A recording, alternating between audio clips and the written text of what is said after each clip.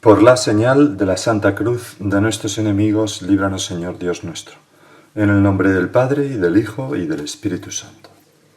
Señor mío y Dios mío, creo firmemente que estás aquí, que me ves, que me oyes.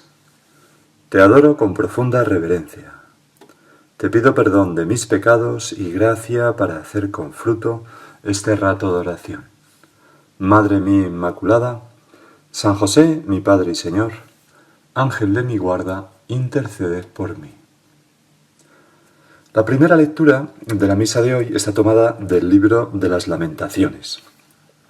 Es un libro de la Biblia atribuido al profeta Jeremías, las Lamentaciones de Jeremías, que se escribió tras la caída y destrucción de Jerusalén y del templo a manos de aquel rey babilonio Nabucodonosor II en el año 587 a.C. Después el pueblo judío fue deportado a Babilonia y fue como la extinción, ¿no?, del reino judío del sur. Fue como la gran catástrofe, que todos los judíos pensaban que fue causada por sus pecados, por ese cúmulo de reyes injustos y poco piadosos que tuvo Israel. Y entonces la consecuencia fue pues la destrucción del orgullo de los judíos, que era el templo de Salomón. Bueno, nosotros vamos a quedarnos solamente con un par de versos de la lectura de hoy para ponernos al comienzo de nuestra oración en presencia de Dios. Estos versos dicen: levántate, grita en la noche, derrama como agua tu corazón en presencia del Señor, levanta tus manos hacia Él. Señor, nosotros hacemos eso mismo en nuestra oración, lo queremos hacer siempre, ¿no? Levantarnos, gritar en la noche, en la noche de nuestro día, si tú no estás dándole luz, derramar como agua nuestro corazón en tu presencia, es decir, quebrar el frasco de nuestro corazón como hizo María de Betania con aquel frasco de alabastro y dejar expansionarse los afectos de nuestro corazón en la oración, que se derrame ese buen perfume en tu honor, pues los sentimientos más delicados de amor, de agradecimiento, de alabanza, de admiración, de respeto hacia nuestro Señor Jesucristo y hacia nuestro Padre Dios y hacia el Espíritu Santo. Decirle al Señor que le queremos, que sentimos el orgullo de sabernos hijos suyos y hermanos de Jesucristo. Que ojalá, Señor, que este día que comienza discurra en tu compañía y te dé mucha gloria y mucha alabanza a la Santísima Trinidad. Ojalá que la Virgen y sus ángeles caminen junto a mí en este día. Levántate, grita en la noche, derrama como agua tu corazón en presencia del Señor. Levanta tus manos hacia Él. Eso hacemos cada día al levantarnos en el ofrecimiento de obras. Y si hacemos la oración por la mañana, como yo la estoy haciendo ahora, pues también lo hacemos. Nos derramamos sobre el Señor, levantamos nuestros brazos hacia el Señor. Vamos ahora al Evangelio de la misa de hoy. Se nos presentan allí dos curaciones que ocurrieron después del Sermón de la Montaña. Ocurrieron en Cafarnaúm, donde había por entonces un destacamento de soldados de Herodes que custodiaban el puerto y la vía comercial. También era un lugar, precisamente porque pasaba por allí la vía Maris, o sea, una vía como muy comercial, ¿no? Había como también unos recaudadores de impuestos y probablemente por eso también había como algún pequeño destacamento romano o quizás fueran destacamento de soldados mercenarios contratados entre los extranjeros que pululaban por aquellas tierras y a cuyo frente pues había un centurión romano, simplemente él sería el romano.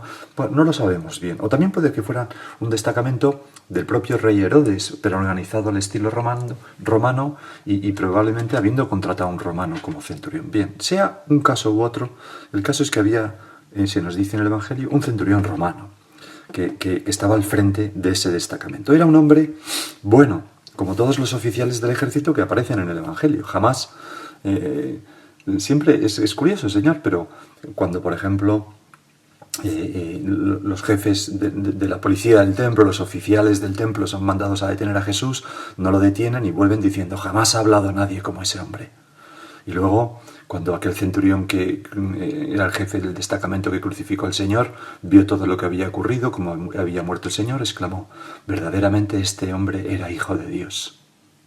Quizás estos hombres, los soldados, los oficiales del ejército que habían visto, eran gente poco dado a engañarse, ¿no? Habían visto tantas cosas en su vida que sabían reconocer en el Señor esa grandeza. Bueno, pues este centurión entra dentro de esa categoría. Había observado a nuestro Señor Jesucristo cuando empezó a dar los primeros pasos en Galilea. Al principio quizás estuvo un poco inquieto, pensando que podría ser un nuevo agitador, un nuevo Galileo que levantara una rebelión. Incluso puede que infiltrara algún informador entre sus discípulos. Todos los ejércitos tienen su sistema de información, ¿verdad? Su servicio de espionaje. Pero con el tiempo aquel hombre se convenció de que Jesús no era un revoltoso, sino un maestro de Israel. Y no solamente eso, sino un hombre de Dios, capaz de curar a leprosos y ciegos. Puede que incluso fuera amigo del funcionario real que había en Cafarnaúm, de Herodes, y que, según nos dice el Evangelio, también Jesús le había curado a su hijo. Así que, con todas estas cosas en la mente, pues probablemente fue primero a los judíos más notables de la ciudad y a pedirle que intercedieran ante el Señor. Digo esto porque, aunque en el Evangelio de hoy, que está tomado de Mateos, no aparece, sí aparece en San Lucas cuando narra este mismo episodio. Y entonces aquellos hombres le previenen a Jesús, le dicen: es un hombre bueno, merece que le hagas esto, porque nos ha construido una sinagoga. Una sinagoga que es bien bonita y que todavía se conservan los restos, no de esa, sino de una construida encima un siglo más tarde, ¿no? Pero cuando vas a Cafarnaúm, ver las ruinas, ves todavía las piedras de basalto negro, más oscuras, debajo de las piedras blancas de las columnas. Y eso negro de basalto fue la sinagoga que este centurión ayudó a construir allí. Quizás por eso también Jesús le estaría agradecido. El caso es que en aquel tiempo, dice el Evangelio, al entrar Jesús en Cafarnaúm, un centurión, nuestro centurión, se le acercó rogándole. Lo primero, Señor, es que nos llama la atención que fue Él a ti. No te mandó llamar, no mandó llamar, decirle a Jesús que venga a verme, a mí que soy la autoridad. Te rogó. O sea, ni siquiera te exigió ni ordenó, sino un centurión se le acercó, fue a ti, rogándole, te rogó. Era humilde y respetuoso. ¿Y qué le dice el centurión? Señor, tengo en casa un criado que está en cama paralítico y sufre mucho. Lo primero, Señor, que te trata con deferencia, con respeto. Señor, Kyrios. Una palabra, en realidad el Señor, humanamente hablando, lo era el centurión, que era el que tenía poder allí. Pero sin embargo, te trata así con respeto. Señor. Y luego, tengo en casa un criado. San Lucas dice que le amaba mucho a ese criado. O sea, le consideraba parte de su familia. Y le duele al centurión que su criado esté sufriendo tanto, porque le quería y se preocupaba de él. Esto era raro entre romanos y griegos, que trataban a los siervos con mucha crueldad. Cicerón, por ejemplo, que tiene algún tratado sobre la clemencia, curiosamente, pide disculpas en una ocasión por haber mostrado afecto hacia uno de estos desgraciados. O sea, los trataban como animales. Y sin embargo, este centurión no es así, sino que se conmueve por el sufrimiento de su siervo. Y al Señor esto le gustó. Como te gusta, Señor, ver que somos compasivos y que nos apiadamos de los sufrimientos de los demás. Aunque solamente sea para rezar, para ofrecer un pequeño sacrificio por las personas que lo están pasando mal, o para dar una limosna, o para lo que sea, ¿no? El Señor, cuando nos ve así, dice: aquí hay uno de los míos, ¿no? Luego, este centurión, no pide para sí, sino para uno de sus siervos. Y Jesús se da cuenta. Se da cuenta porque todo este conjunto de cosas buenas que había ayudado a construir la sinagoga, y Jesús lo sabía, que es humilde, que le trata así con deferencia al Señor, que tiene un corazón de oro, que quiere a sus siervos como si fueran hijos, etc. El Señor, y que pide para los demás y no para sí, el Señor se da cuenta y no le deja acabar la frase, no vacila, y le dice: voy yo a curarlo. O sea, no te preocupes, voy yo a tu casa y curamos a tu siervo. Le conmueve. Estaba entrando en Cafarnaún y ni siquiera le dice, voy primero a casa a descansar, lavarme las manos y luego... No, algo vio en el centurión que le atrajo. Y entonces el centurión replica, Señor, es como el centro de este evangelio, Señor, no soy digno de que entres bajo mi techo o de que entres en mi casa, según otras traducciones. Basta que lo digas de palabra y mi criado quedará sano. Porque yo también vivo bajo disciplina y tengo soldados a mis órdenes y le digo a uno, ve y va, al otro, ven y viene, a mi criado, haz esto y lo hace. ¿Qué vio este centurión en ti, Jesús? ¿Qué escuchó de ti para tener esta fe tan gorda, ¿no? Señor, no soy digno de que entres bajo mi techo, pero di una palabra y basta, mi siervo quedará sano. Primero, se considera indigno. No quiere ponerte en un aprieto. Señor, yo no soy digno. ¿Por qué? Porque sabe que él es un extranjero y sabe muy bien que los judíos son extremadamente celosos para estas cosas. Y que si un judío entrara en la casa de un pagano, pues quedaría contaminado. Pero además, sus palabras son una mezcla de respeto finísimo y de una fe admirable. Respeto porque esto que he dicho, sabiendo que siendo el pagano, Jesús podría quedar contaminado, pero... y además, aunque a Jesús no le importara esto, quizás sus correligionarios murmurarían de él por mezclarse con paganos. Pero lo más bonito es la delicadeza con que lo dice, porque ni siquiera menciona la razón, esta razón. No dice, Señor, no entres en mi casa que puedes quedar contaminado. No, sino que esconde humildemente esa razón tras la idea de que él no es digno. Señor, no soy digno de que entres bajo mi techo. A mí, Señor, me recuerda a este hombre a San José. A San José cuando ve que la Virgen está en estado, no sabe qué hacer y decide repudiarla en secreto, quitarse de en medio, sufrir él, humillarse él para no hacerle daño a la Virgen. Pues es la misma actitud aquí, ¿no? Señor, no soy digno de que entres en mi casa, no te compliques la vida que quizás alguien te critique por eso. Sus palabras son además un prodigio de fe. Tú, Jesús, hasta este momento nunca habías hecho un milagro a distancia. Hay muchos personajes que aparece este funcionario real que tenía un hijo enfermo, ¿no? Que le dice, no, Señor, rápido, ven a mi casa y pon tus manos sobre él, ¿no? Y todo el mundo pensaba que Jesús tenía como un poder, como algo especial, era como un taumaturgo, ¿no? Se llama, como un médico muy especial que era capaz de curar, imponer las manos, hacer cosas. Pero la fe de este soldado, de este centurión es mayor, porque lo que piensa es, no. Jesús tiene poder sobre toda la naturaleza, sobre todos los hombres, y basta una palabra para que ocurra lo que Él dice que tiene que ocurrir. Es como una fe mucho mayor. Este centurión no piensa que hubiera truco en sus milagros. Y sabía que la naturaleza le obedecía como sus hombres a Él. Y por eso le dice, Señor, yo también vivo bajo disciplina y tengo soldados a mis órdenes y le digo a uno, ve y va, al otro y ven y viene, y a mi criado, haz esto y lo hace. Toda la naturaleza, los astros, las estrellas, el sol, la luna, los peces en el mar, todo son soldados de Cristo.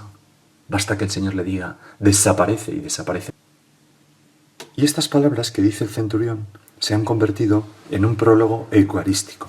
Las decimos justo antes de cada comunión. Señor, yo no soy digno de que entres en mi casa, pero una palabra tuya bastará para sanarme, con una pequeña modificación. Es decir, la casa del centurión se convierte ahora en un símbolo de nuestro corazón que anhela recibir a Jesús. Y la Iglesia nos dice, el tono adecuado para recibir a Jesús es el que tenía este centurión. Ese humilde respeto, esa fe vibrante, delicada. Al oírlo, Jesús quedó admirado y dijo a los que le seguían, en verdad os digo que en Israel no he encontrado en nadie tanta fe. Os digo que vendrán muchos de Oriente y Occidente y se sentarán con Abraham, Isaac y Jacob en el reino de los cielos. En cambio, a los hijos del reino los echarán fuera, a las tinieblas. Allí será el llanto y el rechinar de dientes. Es, en primer lugar, una profecía de lo que ocurrió. Aquellos que eran los destinatarios del mensaje de la redención, no solamente de la redención, de la venida del Mesías, vamos a decirlo así. Aquellos que eran la cuna, el pueblo elegido de donde tenía que salir el Mesías y de donde salió, que es Jesucristo, no le recibieron, lo clavaron en una cruz y no creyeron en él. Y en cambio, pues muchos que vienen de Oriente y de Occidente, muchos paganos que están representados en este centurión, le creyeron y el reino se extendió entre ellos. Tú y yo, que no somos, no sé que me estás escuchando, pero vamos, yo al menos no soy judío, no soy de raza judía. No me importaría ser de la misma raza que nuestro Señor Jesucristo, me alegraría mucho, pero no lo soy. Bueno, pues ahí el Señor, admirado de la fe de este centurión, hace como esa promesa del reino que se ensanchará a lo largo de todo el mundo. Aquel centurión era el símbolo de las primicias de los gentiles. Y dijo Jesús al centurión: vete, que te suceda como has creído. Y en aquel momento se puso bueno el criado. Y cuando el centurión llegó a su casa, pues encontró que su fe y su humildad se habían convertido en alegría. Como siempre ocurre. Al llegar Jesús a la casa de Pedro, después de esta curación, vio a su suegra en cama con fiebre. Le tocó su mano y se le pasó la fiebre. Se levantó y se puso a servirle. Otro milagro. Más sencillo, pero probablemente la esposa de Pedro ya había muerto y por eso pues él vivía en casa de sus suegros, que eran como es una casa grande, también se conserva, pero bueno, se conservan los muros, ¿no? del planteamiento. Pero decía que probablemente la mujer de Pedro había muerto porque si no ella misma serviría la misa, ¿no? Y lo bonito de este pequeño milagro es esta frase, ¿no? Y ella, después de ser curada, se levantó, la suegra, y se puso a servirle. Se puso a servirles, con esa sencillez, sin gritos de júbilo, porque obras son amores y no buenas razones. ¿Y ella qué hace? Pues cumple su oficio de ama de casa. A esto le lleva el haber recibido este beneficio del Señor. Y dice un autor espiritual, Richardson, que los cristianos que han sido liberados del poder del pecado y recobrado la salud deben comenzar inmediatamente a usar sus bendiciones en servicio del Señor. Nosotros, Señor, queremos usar nuestros talentos, tú que nos has rescatado de la enfermedad del pecado tantas veces, pues usar todos nuestros talentos, toda nuestra capacidad de trabajo, de amar, al servicio tuyo. Y el Evangelio concluye diciendo: al anochecer le llevaron muchos endemoniados. Él, con su palabra, expulsó los espíritus y curó a todos los enfermos para que se cumpliera lo dicho por medio del profeta Isaías. Él tomó nuestras dolencias y cargó con nuestras enfermedades. Nuestro Señor Jesucristo, pues realizó muchos milagros. Aquí en este Evangelio tenemos dos de ellos. ¿Por qué? Pues porque quería con estos signos ayudar a la gente a creer en su divinidad, en que Él era el Mesías. Era como una manera de abrir camino en sus mentes y en sus corazones a esta fe en Él. Porque la fe es, en primer lugar, un efecto del milagro. Pero al mismo tiempo, tantas veces aparece que la fe es una condición del milagro. El Señor necesita fe como la fe de este centurión para poder hacer los milagros. Porque si no, ni aunque viéramos milagros nos convertiríamos, como le pasó a los fariseos. Te quiero leer ahora unas palabras de José María Cabodevilla, un sacerdote que escribió un libro que se llama Cristo Vivo, un libro maravilloso, que es una vida de Cristo. Y dice así este sacerdote: ¿por qué, pues, no daban tantas veces los milagros de Cristo el resultado que de ellos cabía esperar? Sencillamente, esto se debía a la torpe disposición de las almas. Cuando el hombre se obstina en su negación, todo es inútil. Si uno prefiere quedarse en la cama cuando ha sonado la hora de levantarse, llegará a convencerse de que el reloj está averiado, de que no ha dado las 8, sino que ha repetido las 4. Todas las falacias son buenas. Todo cuanto contradice nuestros propósitos es susceptible de una interpretación que acabe satisfaciéndonos. Por eso, como dice Lucas, si no oyen a Moisés y a los profetas, tampoco creerán a un muerto que resucitara. Recordemos cómo la hostilidad contra Cristo vino a ser tal que algunos judíos antes que dejarse cautivar por la verdad, prefirieron atribuir sus milagros a Beelzebul. Otras veces, la fe que suscitaban los portentos no era de buena ley. Muchos creyeron en él viendo las maravillas que hacía, pero Jesús, que los conocía a todos, no se confiaba a ellos, dice San Juan. ¿Por qué ocurría esto? Era sencillamente la disposición de alma con que se contemplaban los hechos lo que venía a decidir la respuesta. Preciso es confesar que los judíos dieron muerte a Cristo no porque hubiese realizado milagros verdaderos, ni tampoco porque hubiese fingido milagros falsos, sino más bien porque desbarató su concepto sobre el Mesías, porque no hizo precisamente aquellos milagros que ellos esperaban. El valor de la credibilidad de los milagros, que en sí es objetivamente innegable, solo tiene fuerza persuasiva para quienes se han hecho receptivos a ese valor, para aquellos cuya alma se halla bien aparejada. Y el alma se apareja bien con la humildad, con el amor a Jesús, con el delicado respeto, etcétera, etcétera, etcétera. Señor, yo no soy digno de que entres en mi casa, pero una palabra tuya bastará para sanarme. Vamos a decir de una manera especial hoy en misa, mañana en misa, ¿no? Estas palabras del centurión, cada día que vayamos a misa. Vamos a pensar de la mano de nuestra Madre la Virgen cómo es nuestra fe, cómo estamos nosotros con humildad abiertos a los milagros en nuestra vida.